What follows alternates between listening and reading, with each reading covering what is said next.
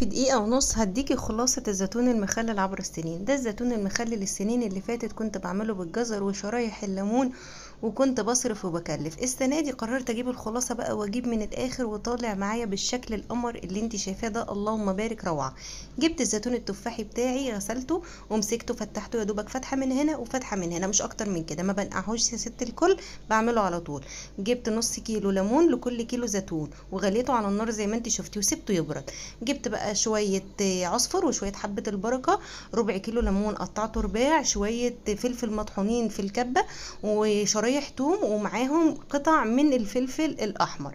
أنا مش بزود في الفلفل الأحمر ومش بزود في هريسة الشطة، عشان أنا الوحيدة في البيت اللي باكل الزيتون ومحدش باكله تاني، وأنا مش بحب الشطة، فأنا حطيت كمية قليلة. عشان كده مسكت بقى الليمون بتاعي ده بعد ما برد، مسكته عصرته كله جوه المية. طبعا عصيره في المرحلة دي بيبقى سهل جدا ومش بياخد منك أي وقت ولا أي مجهود خالص. نص كوبايه من الخل اللي هي فنجان محترم كده حطيته، ونزلت بقى بعصير الليمون بتاعي كله على الكميه دي كلها. الكميه بتاعتي كانت كيلو زيتون، حطيت له كوبايه من الملح، كوبايه مج. وعملت بالطريقه اللي انت شايفاها دي، وعلى الوش حطيت زيت وغطيت بقى بكيس كده كويس، ورحت جايبه برطمان كده حطاه علشان في فراغ عندي فوق، وغطيت وسبته كده على الرخامه. ده شكله اول يوم اهو، ما شاء الله روعه. ده ساعه ما انا عملته حاجه كده خطيره.